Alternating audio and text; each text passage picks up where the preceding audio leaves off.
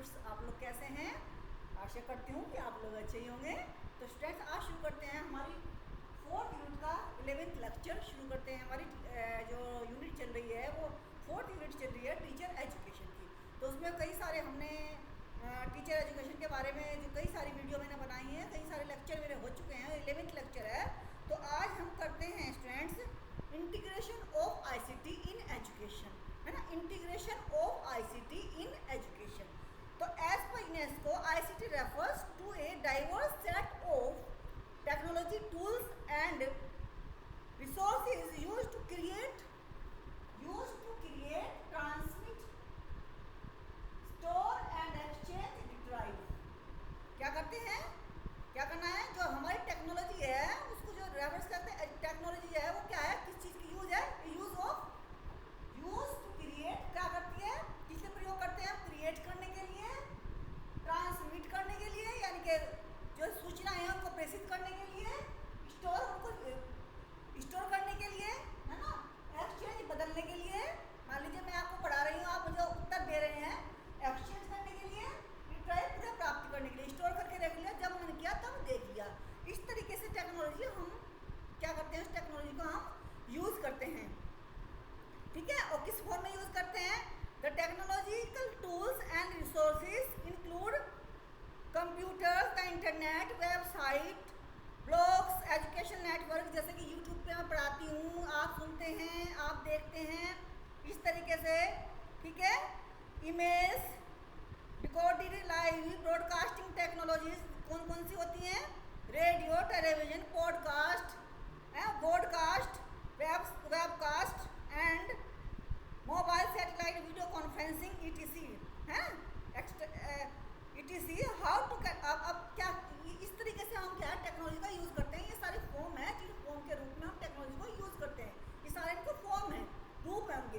फिर है कि how to categorise any technology devices as ICT. हम कैसे माने कि ये जो डिवाइस है, ये टेक्नोलॉजी जो है आईसीटी, ये जो टेक्नोलॉजी है या डिवाइस है या टूल है, ये जो है आईसीटी से संबंधित है या आईसीटी, ये आईसीटी है, हम कैसे जाने। तो उसको जानने के लिए हम क्या देखेंगे, thus any device technology that is use to create, store, retrieve, manipulate, transmit and retrieve digital information can be categorise as ICT. जिनमें सारी बातें होंगी और साथ ही साथ क्या होगा, डिजिटल इंफॉर्मेशन, और साथ ही साथ क्या होगा, डिजिटल इंफॉर्मेशन, डिजिटल इंफॉर्मेशन। तब हम मानेंगे कि ये आईसीटी का टूल है। और अब आज के ज़माने के नए क्रांतिकारी जो है, आज के ज़माने के नए रिवोल्यूशनाइज, मतलब नया क्रांति जैसे आती है, किसी चीज़ की क्रांति आती है, जैसे नए टीचर्स आ रहे हैं, नए आज के पढ़े लिखे टीचर्स आ रहे हैं, तो सबको आईसीटी की नॉलेज है। तो वो क्या देखते हैं, वे वो जो टीचर डिलीवर करता है लेक्चर को आईसीटी के यूज़ के साथ करता है, जो आजकल के नए टीचर्स हैं। ICT integration is teaching learning does not imply, मतलब उसका ये यूज नहीं है ना, कि मतलब हमें जो है टेक्नोलॉजी यूज करनी है। मान लीजिए मुझे लेक्चर से कोई बातें बतानी है, तो अब आईसीटी कैसे यूज़ करूँगी, मुझे तो बोलना है ना, बोल के बताना है, कोई बात है मुझे लिख के बतानी है, तो हमेशा तो आईसीटी नहीं कर सकती नहीं यूज़, केवल मैं इसके लिए वीडियो के लिए कर सकती हूँ, जैसे बना रही हूँ वीडियो बना रही हूँ, इसमें कर सकती हूँ। लेकिन ये तो नहीं कि हर चीज़ में आईसीटी, कुछ बोल के पढ़ाना होता है, कुछ समझा के पढ़ाना होता है, कुछ दिखा के पढ़ाना होता है, ठीक है। तो उसको मीनिंगफुली यूज़ करना है, कि जहाँ आवश्यकता हो वही यूज़ करना है, यानी कि आपने आईसीटी यूज़ करना है तो आईसीटी यूज़ करना है, ठीक है। अब जो है टीचर क्या होना है, मतलब नॉट एज, अब क्या है कि टीचर को integration depends on a lot of competency of a teacher. किस पर डिपेंड करती है कि टीचर को जो है आईसीटी यूज़ करने के लिए कॉम्पिटेंसी होना चाहिए, कुशल होना चाहिए उसको यूज़ करने के लिए, यानी कि जहाँ जीवाया वहीं यूज़ कर दिया। फिर है जो है उसको not as substitute of a traditional, यानी कि अब सब्सटीट्यूट के रूप में ले लो कि ट्रेडिशनल जो हमारा मेथड है ऑफ टीचिंग का, उसके सब्सटीट्यूट के रूप में आईसीटी को यूज़ कर लो, नहीं। जहाँ ट्रेडिशनल की आवश्यकता हो वहाँ ट्रेडिशनल की, और जहाँ आईसीटी यूज़ करके टीचिंग करनी है वहाँ आईसीटी यूज़ करके टीचिंग करनी है, ठीक है। इसको हम ऐसे बोल सकते हैं, हाइब्रिड टेक्नोलॉजी बोल सकते हैं या ब्लेंडेड टेक्नोलॉजी बोल सकते हैं, ठीक है। दोनों चीज को यूज करके। अब आ जाती है हमारे पास तीन बातें आ गई। T pack. अब टी पैक क्या है? ये टी पैक क्या है? टी पैक है टेक्नोलॉजिकल पैडागोजिकल कंटेंट, इन सबको मिला दिया। सब में टेक्नोलॉजी में भी पैडागोजी होती है ना, कंटेंट तो होता है।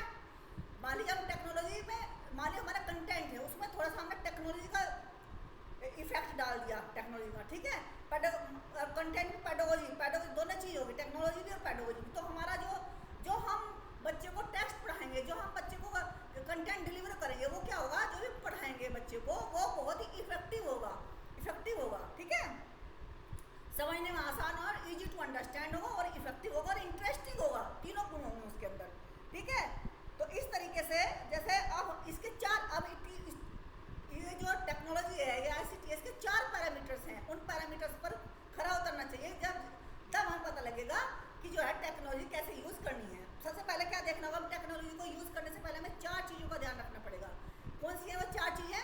पहली तो है नेचर ऑफ कंटेंट। हमें जानना होगा कि हमारा जो कंटेंट है, जो हम बच्चों को डिलीवर कर रहे हैं कंटेंट, उसकी प्रकृति क्या है, उसकी जो है वो किस नेचर का है। क्या वो ICT यूज करने वाली नेचर का है, या ट्रेडिशनल का है, या ब्लेंडिंग का है, या हाइब्रिड का है, किसका है, कौन सी नेचर है उसकी। तो अगर कोई ऐसा टॉपिक है जिसमें बच्चे को हम मतलब कि बच्चे को हम जो का त्यों उस चीज़ को दिखा सकते हैं, जैसे प्लांट के बारे में बताना है बच्चों को, तो हम प्लांट की पत्ती ला सकते हैं। पौधा दिखाना है तो एक पोट मंगा सकते हैं, है ना, मिट्टी भी मंगा सकते हैं, ये सब चीज़ें हम मंगा सकते हैं क्लासरूम में। उसकी पत्तियाँ, स्टेम, और उसको जो है सनलाइट में रखने के लिए भेज सकते हैं कि इसको सनलाइट दिखा के आओ, देखो 5 दिन में कैसे उग जाएगा पौधा। तो जूलॉजी या बॉटनी वाले स्टूडेंट ऐसे पढ़ सकते हैं, इसको हम इस तरह से यूज़ कर सकते हैं टेक्निक को। लेकिन जो है इसको ICT की इतनी आवश्यकता नहीं है, जो हम सामने बच्चों को दिखा सकते हैं। अब ई कंटेंट क्या है? अब ई कंटेंट जो है, ये तो आपने देख लिया टी पैक। अब ई कंटेंट क्या होता है बच्चे? ई कंटेंट में हमारे पास क्या होनी चाहिए? अब ई कंटेंट क्या होता है? ई कंटेंट में हमारे पास क्या क्या होना चाहिए? ई कंटेंट में हमारे पास होना चाहिए, एक तो ई कंटेंट में एनिमेशन के द्वारा दिखा सकते हैं। ये दूसरा हम इसके द्वारा दिखा सकते हैं इंटरैक्टिव फोरम के द्वारा।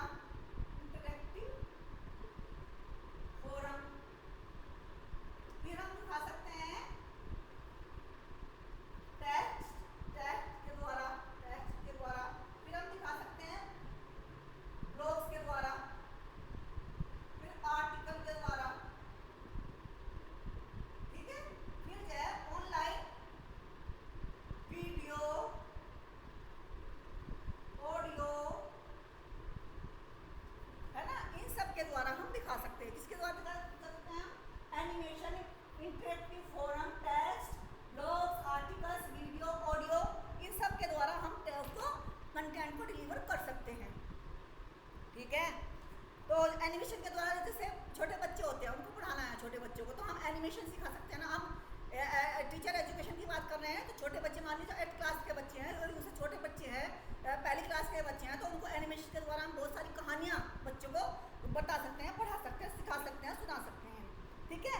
इंटरेक्टिव फोरम का मतलब डिस्कशन, जैसे बच्चे डिस्कशन करते हैं ना आपस में, इंटरेक्टिव फोरम होता है। कंटेंट में क्या होता है? इंटरेक्टिव फोरम होता है, जैसे ऑनलाइन डिस्कशन कर सकते हैं, है ना। ऑनलाइन डिस्कशन में टीचर के साथ स्टूडेंट का जो डिस्कशन है वो करा सकते हैं ऑनलाइन, ठीक है। टेक्स्ट लिख के बता सकते हैं, टेक्स्ट होते हैं ना, टेक्स्ट में जो है लिख के, थोड़ा सा लिख के बता दिया उसको। ब्लॉग्स लिख सकते हैं, आर्टिकल्स लिख सकते हैं। वीडियो के द्वारा, वीडियो पे जैसे मैं वीडियो बना रही हूँ, शॉर्ट्स बना सकते हैं, ऑडियो, है ना, ये सब बना सकते हैं। Choose the media based on the nature of content. हमें मीडिया को कैसे यूज करना है? मीडिया का यूज करना है हमें according to the nature of content, ठीक है। अब पैरामीटर दूसरा पैरामीटर क्या है? ये तो पैरामीटर पहला पैरामीटर था नेचर ऑफ द, पहला पैरामीटर कौन सा था? Nature of the content. अभी मैंने बताया आपको नेचर ऑफ द कंटेंट, ये फर्स्ट पैरामीटर, ठीक है। और दूसरा पैरामीटर क्या है? ये तो पहला हो गया नेचर ऑफ कंटेंट, जो मैंने आपको अभी बताया, ठीक। अब दूसरा है हमारे पास, दूसरा है कॉन्टेक्स्ट।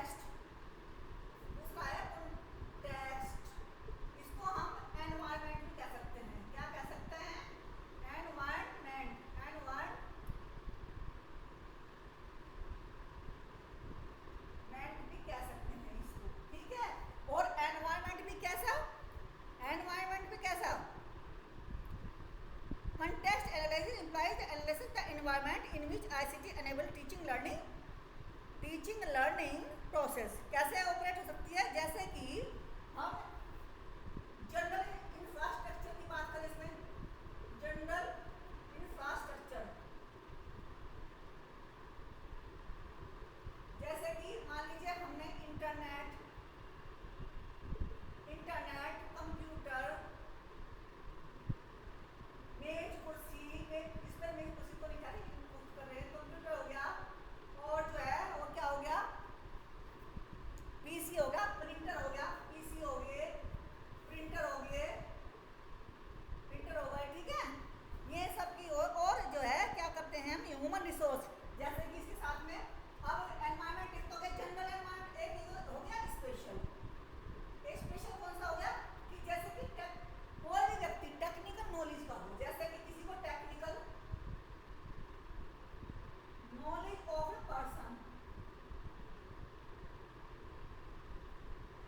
ए पर्सन, या फिर teacher with competency,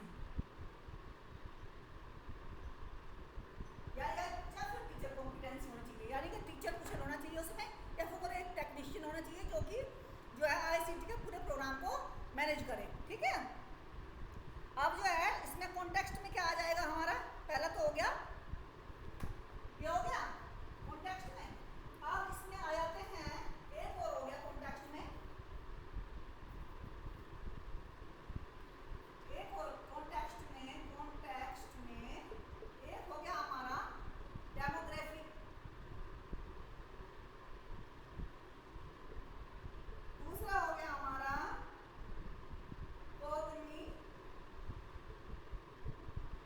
prior knowledge,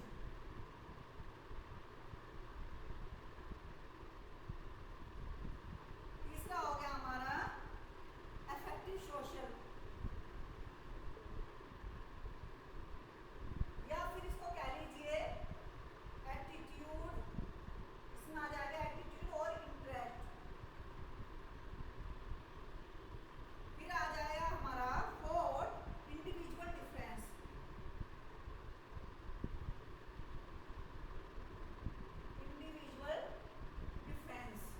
तो ये आ जाएंगे हमारे सेकंड में कॉन्टेक्स्ट में। अब इनका मतलब क्या है, डेमोग्राफिक में क्या करेंगे, डेमोग्राफिक में a teacher must take into consideration the class size, कि हम जो है आईसीटी का यूज करके ब्रॉड, बहुत बड़ी क्लास को, बिग क्लास को हम पढ़ा सकते हैं, है ना।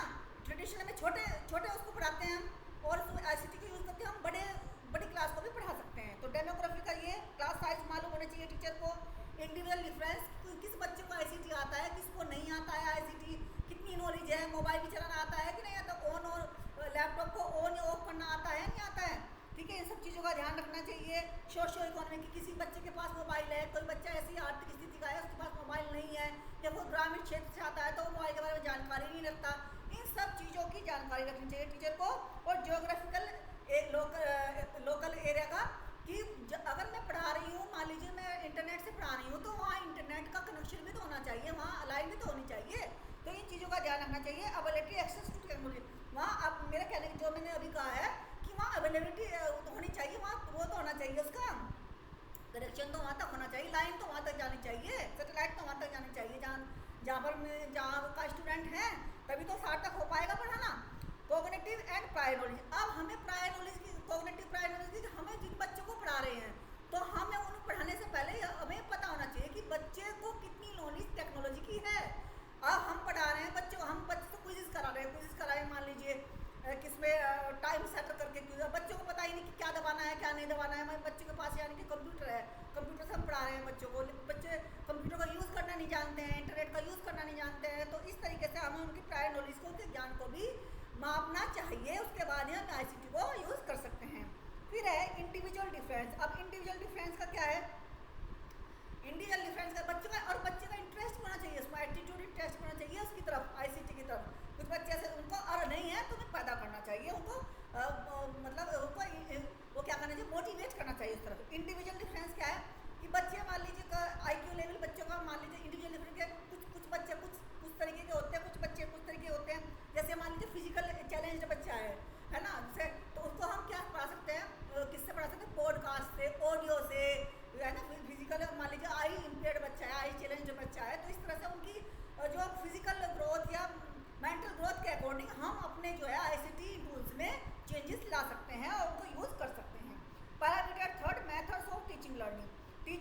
understand that ICT tools media shall become effective only when they are used rightly and matched with the content. जब यह rightly यूज किया जाएगा और match with the content, यानी कि पढ़ा तो कुछ हो रहे हैं, ICT किसी चीज और यूज में कर रहे हैं, किसी और चीज में यूज कर रहे हैं, तो वो मिसकलेक्शन हो जाएगा, मिसमैच हो जाएगा, ठीक है।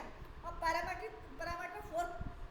4 कौन सा है? अब तो कॉन्टेक्स्ट लिखा था ना, अब पैरामीटर 3 भी मैंने करा दिया, पैरामीटर 3 था। पैरामीटर जो पैरामीटर था उसका मेथड ऑफ टीचिंग लर्निंग को मैंने बता दिया था आपको, मेथड ऑफ टीचिंग लर्निंग में लिखा इस पे। थर्ड था हमारा मेथड ऑफ टीचिंग लर्निंग, ठीक है, ये था। और फोर्थ है हमारा टेक्नोलॉजी एंड टूल्स। फोर्थ है हमारा टेक्नोलॉजी एंड टूल्स, ठीक है। अब टेक्नोलॉजी एंड टूल्स का क्या है? ICT tools and resources must used as for the nature of content। वो अभी बताया, जैसे वेब इंटरेक्टिव बोर्ड्स हैं, उनका यूज कर सकते हैं हम, है ना, टेक्नोलॉजी का। किन बच्चों के लिए? जैसे फॉर्म इंटरेक्शन ऑफ, मतलब किन बच्चों के लिए कि जो इंटरेक्शन कर सके, दूर दराज में स्टूडेंट्स रहते हैं, उनसे हम इंटरेक्शन कर सकें, यदि उनके पास मोबाइल कनेक्शन या वाईफाई कनेक्शन या उनके घर में है, तो इस तरीके से क्या कर सकते हैं, टीचर टेक्नोलॉजी का टूल्स का या डिवाइसेस का यूज करके कोलैबोरेटिव लर्निंग कर सकते हैं। लेकिन निम्न बातों का, अब इनको यूज करने के लिए हमारे पास में कुछ बातों का ध्यान रखना आवश्यक होता है। वो बातें क्या हैं, उनको देख लेते हैं। वो बातें क्या हैं? वो बातें हमारे पास 6 हैं, जिनका यूज करने के लिए, जिनको ICT यूज करने से पहले उनको ध्यान में, कंसिडरेशन में रखें। A teacher must consideration 6 things in mind है before the use of technology ICT। पहला कौन सा है? देखिए, टारगेट। पहला है टारगेट ऑडियंस, दूसरा है कॉन्टेक्स्ट, दूसरा है कंटेंट, इसको पता होना चाहिए। फिर तीसरा है पैडागोजिकल कंसिडरेशन, फिर है फोर्थ, किसका पता होना चाहिए, प्रेजेंटेशन। फिर हमें पता होना चाहिए किसका, पांचवा टेक्निकल नॉलेज, लिख लीजिए कि सामने नॉलेज। और छठा होना चाहिए एडमिनिस्ट्रेशन,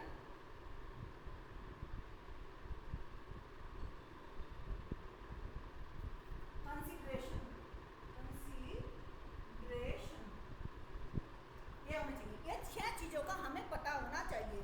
टारगेट ऑडियंस का क्या मतलब है? टारगेट ऑडियंस का मतलब है कि जिस ऑडियंस को हम पढ़ा रहे हैं, पहले हमें उसके बारे में नॉलेज होनी चाहिए कि कितनी है, कहाँ कहाँ पर है, ठीक है, उसको हमें पता होना चाहिए, टारगेट ऑडियंस। फिर है कंटेंट के बारे में हमें नॉलेज होनी चाहिए कि जो कंटेंट हम पढ़ा रहे हैं उसके लिए कौन सा ICT टूल हम यूज़ कर सकते हैं, ठीक है। फिर है पैडागोजिकल कंसिडरेशन, पैडागोजिकल शिक्षण की विधियाँ कौन सी है, लेक्चर के द्वारा बताएं या हमको डेमोन्स्ट्रेशन के बताएं या लिख के बताएं या एनिमेशन के द्वारा बताएंगे, हमें पता होना चाहिए। प्रेजेंटेशन, फिर हम PPT बना के कर सकते हैं, अपने लेसन को डिलीवर PPT बना के कर सकते हैं, कोई और तरीके टेस्ट के द्वारा कर सकते हैं, आप करके बना के कर सकते हैं, ये पता होना चाहिए। टेक्निकल, उनका स्विच कहाँ लगाना है, कौन सा बटन दबाना है, किससे ये आएगा, कट्टे बन जाएंगे, किससे हम पेन का यूज़ कर दें, किस बटन को दबा के हम पेन का स्विच को दबा के, तो इस स्विच दबाने और काम करना भी हमको आना चाहिए। एडमिनिस्ट्रेटिव कंसिडरेशन, एडमिनिस्ट्रेटिव को भी कंसिडरेशन में रखना चाहिए कि कॉस्ट कितनी आएगी, इस पर खर्च पे ICT का यूज़ करेंगे तो कॉस्ट कितनी आएगी, है ना। इंफ्रास्ट्रक्चर क्या क्या चाहिए, सपोर्ट टेक्निकल रिक्वायरमेंट्स, और सपोर्टिव टेक्निकल रिक्वायरमेंट क्या है, क्या कंप्यूटर की जरूरत पड़ेगी, PC की जरूरत पड़ेगी, प्रिंटर की जरूरत पड़ेगी, इंटरनेट के कनेक्शन की जरूरत पड़ेगी, इन सब की हमें नॉलेज होनी चाहिए। तो स्टूडेंट्स, ये तो थे ICT इंटीग्रेशन इन एजुकेशन, आपको समझ में आ गया होगा।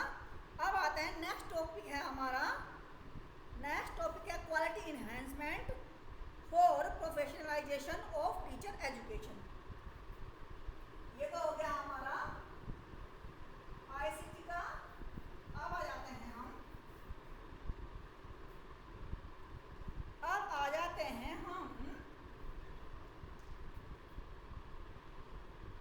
क्वालिटी इन्हेंसमेंट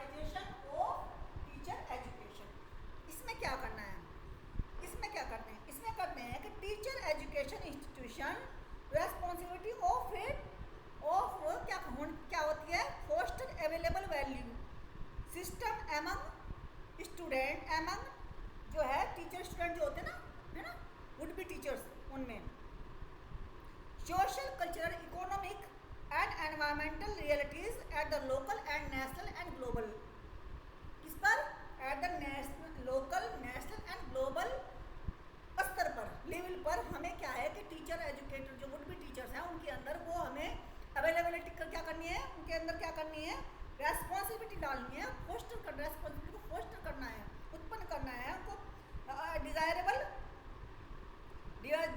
वैल्यू सिस्टम डालनी है उन टीचर वुड बी टीचर्स के अंदर, किसके, ताकि वो कल्चर के बारे में जान सके, वैल्यू सिस्टम के बारे में जान सके, सोशल के बारे में जान सके, नेशनल लेवल पर भी, लोकल लेवल पर भी और ग्लोबल लेवल पर भी। दूसरा है some teachers are still uncomfortable, कुछ टीचर्स क्या होते हैं कि अनकम्फर्टेबल कुछ टीचर क्या होते हैं कि अनकम्फर्टेबल होते हैं आईसीटी को यूज़ करने के लिए क्लासरूम में, लेकिन उनको हम ट्रेंड कर सकते हैं, ठीक है, for quality enhancement and in order to manage the जो है एक्सपेंडिंग वर्क एंड जो मतलब टीचर एजुकेशन का जो कॉम्प्लेक्स वो इतनी बड़ी होती है, जो एनसीटी बनाती है, एनसीटी के द्वारा बनाए जाते हैं ये, तो इतनी बड़ी बॉडी होती है, इतने बड़ा मतलब क्षेत्र है ये टीचर एजुकेशन का, बहुत सारे मतलब टीचर एजुकेशन के बहुत सारे इंस्टीट्यूशन हैं, तो उनको उन इंस्टीट्यूशन में जो कॉम्प्लेक्सिटी है और जो एक्सपेंडिटी है, जो मतलब एक्सपेंडिटी जो एक्स्ट्रा जो कार्य होता है उनके लिए नेचर ऑफ द प्रॉब्लम, ये मतलब प्रॉब्लम का एक कारण है बढ़ता हुआ कार्य और ये जो है कॉम्प्लेक्सिटी, तो वो क्या करना चाहिए हमें कि every state should have a separate directorate of teacher education, such directorate should be responsible for human resource management with respect to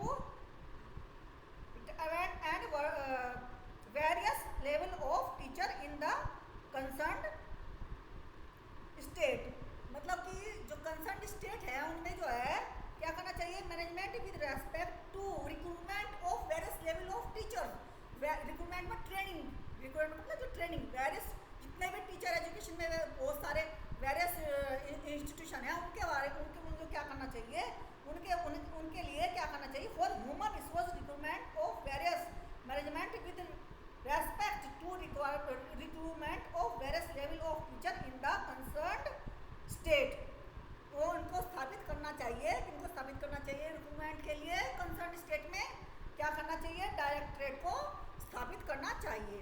फिर नेक्स्ट है the assessment principle, assessment procedure of National Council for Teacher Education, है ना, national क्या करना चाहिए, assessment, ये assessment करने के लिए क्या करना चाहिए, असेसमेंट, ये जो एनसीटीई के लिए national accreditation and assessment and accreditation के लिए काउंसिल के लिए, and the university should support to the teacher education institution to know about her strength, weakness, opportunity and threats, कि क्या करना चाहिए हमें, जो है एनसीटीई नैक के द्वारा जो है टीचर्स के कैसा पढ़ा रहे हैं, उनकी स्ट्रेंथ क्या है, उनकी वीकनेस है, उन सबको हमें, अगर हमें इनहेंस करना है टीचर एजुकेशन में, उन सब की नॉलेज हमें होनी चाहिए, जैसे कि नैक का इंस्पेक्शन वगैरह होता है, ठीक है, इस तरह से करना चाहिए।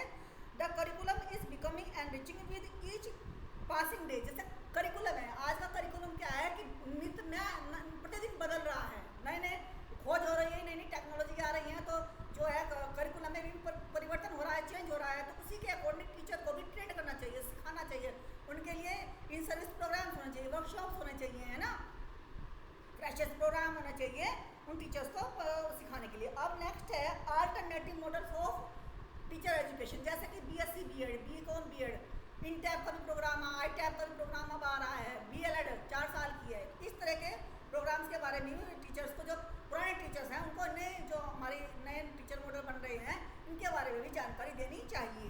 फिर है उनको इनके क्वालिटी इन्हेंसमेंट के लिए क्या, ताकि वो भी उसके बारे में परिचित हो कि ये अब ये 4 साल के हो गए, इनमें इस कोर्स में क्या क्या है पढ़ाने के लिए, है ना। Each teacher must undertake action research for quality improvement, और हर टीचर को एक्शन रिसर्च करनी चाहिए अपने स्कूल में। बच्चा यदि किसी प्रॉब्लम में है या पढ़ाने में कोई प्रॉब्लम आ रही है या सीखने में कोई प्रॉब्लम आ रही है, टीचिंग लर्निंग प्रोसेस में जहाँ भी कहीं समस्या है, टीचर को एक्शन रिसर्च करनी आनी चाहिए, और एक्शन रिसर्च करने के बाद improvement in teaching learning process ये आना चाहिए। टीचर को, ठीक है, तभी जो है डेवलप हो पाएगी हमारी और जो है डेवलपिंग क्या करनी चाहिए, क्रिटिकल थिंकिंग से क्या होता है, क्रिटिकल थिंकिंग बढ़ती है, प्रॉब्लम सॉल्विंग नेचर बनती है, टीचर्स की बनती है ना। और बच्चों के साथ जब हम इंटरेक्ट करेंगे इस संबंध में, जब बच्चों का ही तो लेंगे ना, बच्चों की जो प्रॉब्लम है तो क्वेश्चन एयर बनानी हमको आ जाएगी, है ना, डेवलपिंग क्वेश्चन एयर, और बहुत सारी टेस्ट बनाने आ जाएंगे, ठीक है। Teacher must update their knowledge skill by attending seminar, participating जो है वर्कशॉप, सेमिनार जो है हमें रिफ्रेशर कोर्स को करना चाहिए, में पार्टिसिपेट करना चाहिए। There should be a continuous monitoring of teacher education institution by National Council of teacher Education. Continuous क्या होना चाहिए, मॉनिटरिंग होनी चाहिए बाय एनसीटीई, है ना। और क्यों करनी चाहिए, क्योंकि ज़्यादातर जो है आजकल इंस्टीट्यूशन जो है वो है सेल्फ फाइनेंसिंग इंस्टीट्यूशन है, तो उनको रेगुलेट करने के लिए, स्टैंडर्ड को मेंटेन करने के लिए भी इन चीज़ों को, AICTE को कंटिन्यूअस मॉनिटरिंग करती रहना चाहिए द क्वालिटी इन्हांसमेंट के लिए ऑफ टीचर एजुकेशन। फिर है इनोवेशन इन टीचर एजुकेशन। अब इनोवेशन क्या है, अब है नया आ गया, ये तो हो गया, अब हो गया इनोवेशन। इनोवेशन में क्या है,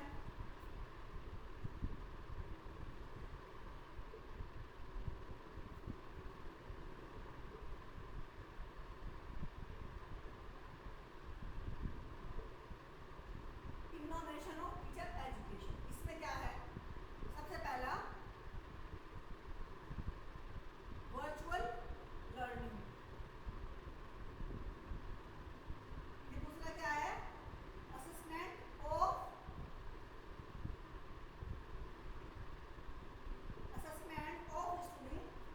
स्टूडेंट्स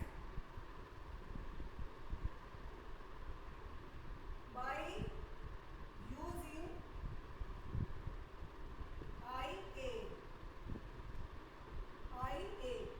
IA का मतलब आर्टिफिशियल AI, ठीक है।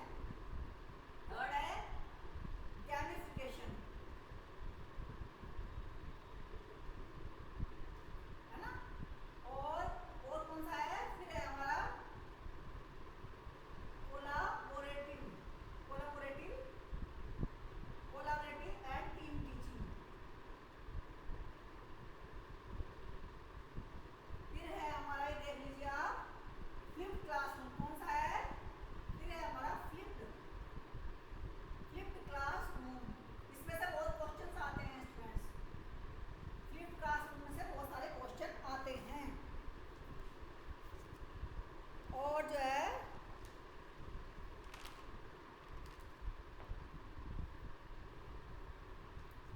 अब ये देख लेते हैं हम, इसमें क्या आएगा, वर्चुअल लर्निंग में क्या आएगा, जो कोविड-19 में जो बच्चों की क्लासरूम चली थी, है ना, जब कोविड-19 आया था तो उसमें क्लासरूम जो चली थी, जिस क्लासरूम में बच्चे पढ़ते थे वो थी वर्चुअल क्लासरूम, ठीक है।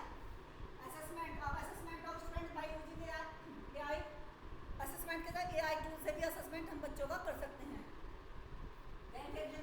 गेम के द्वारा, गेमिफिकेशन मतलब छोटे बच्चों को गेम होता है ना, बच्चे वीडियो गेम खेलते हैं, इस तरह गेमिफिकेशन एक टूल है, उसके अंदर उससे भी हम बच्चों को पढ़ा सकते हैं। फ्लिप क्लासरूम, कुछ वीडियो दिखा करके और कुछ जो है ट्रेडिशनल क्लासरूम ले करके हम फ्लिप क्लासरूम के जरिए भी बच्चों को पढ़ा सकते हैं। फिर है peer instruction, peer instruction tutorial. Peer instruction क्या होता है कि बच्चे आपस में जो कोलैबोरेटिव जो लर्निंग होती है ना, तो बच्चे आपस में इंस्ट्रक्शन एक दूसरे को देते हैं और पढ़ते हैं। फिर नया क्या है, ब्लेंडेड लर्निंग, वो हाइब्रिड लर्निंग और जो है ऑनलाइन और फेस टू फेस को मिक्स कर दो तो हो जाती है कौन सी, ब्लेंडेड लर्निंग। कौन सी होती है ब्लेंडेड लर्निंग,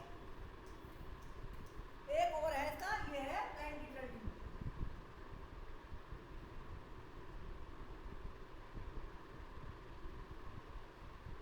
हाइब्रिड बोलते हैं इसको, face to face plus online, ठीक है। अब आ गया global multicultural education. Global multicultural education क्या है, विभिन्न, अब नेक्स्ट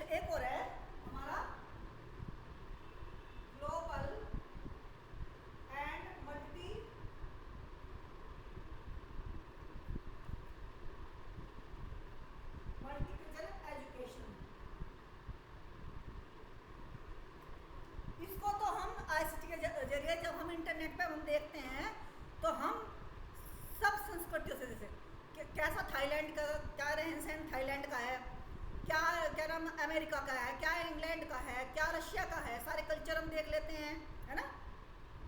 तो इस तरह से क्या है कि ग्लोबल एंड मल्टीकल्चरल एजुकेशन इस तरह से हो जाती है जब हम सबके स्कूल कॉलेज में जो एजुकेशन जो पढ़ा रहे हैं, जो उनके कल्चर से हम वाकिफ होते हैं, है ना, उनके कल्चर से, उनका सामाजिक परिवेश से हम होंगे, तो हम क्या होगा, क्या विभिन्न संस्कृतियों के बारे में जानकारी लेंगे, और जो है जैसे प्रजातंत्र, वहाँ का शासन का तरीका कैसा है, इन सब की जो है हमें नॉलेज होगी। जैसे बड़े बड़े अब इनकी नॉलेज होती है ना, जैसे A multicultural global education is one that seeks to train students for leadership, membership and fellowship within one's community, nation and world. तो हम बच्चे क्या तैयार होंगे, लीडर बनेंगे। बच्चे बड़े बड़े देखा नहीं, बड़े बड़े जो है जो नेता बन जाते हैं, बड़े बड़े पदों पर उच्च पदों पर आसीन हो जाते हैं। तो क्योंकि वो मल्टी कल्चरल नॉलेज उनको हो जाती है, तो इस वजह से वो अच्छे अच्छे पदों पर, बड़े बड़े उच्च पदों पर होते हैं, क्योंकि उनके अंदर भेदभाव तो होता नहीं किसी भी तरह का। वो सारी संस्कृतियों से परिचित होते हैं, सारे सोशल एनवायरनमेंट से परिचित होते हैं, उनके शासन जो तरीका होता है उससे परिचित होते हैं। तो इस तरीके से उनमें अंदर क्वालिटी इन्हेंसमेंट होती है। तो टीचर्स के अंदर भी इस तरह की अगर क्वालिटी होगी तो वो भी अच्छे लीडर बनेंगे, अच्छे जो है अच्छे लीडर बनेंगे, फॉलोअर बनेंगे, और जो है मेंबरशिप मिलेगी उन्हें। ठीक है, तो ये है जो है आज का जो हमारा सेशन है। It is a learning strategy that promote the principle of inclusion, diversity, democracy, skill acquisition.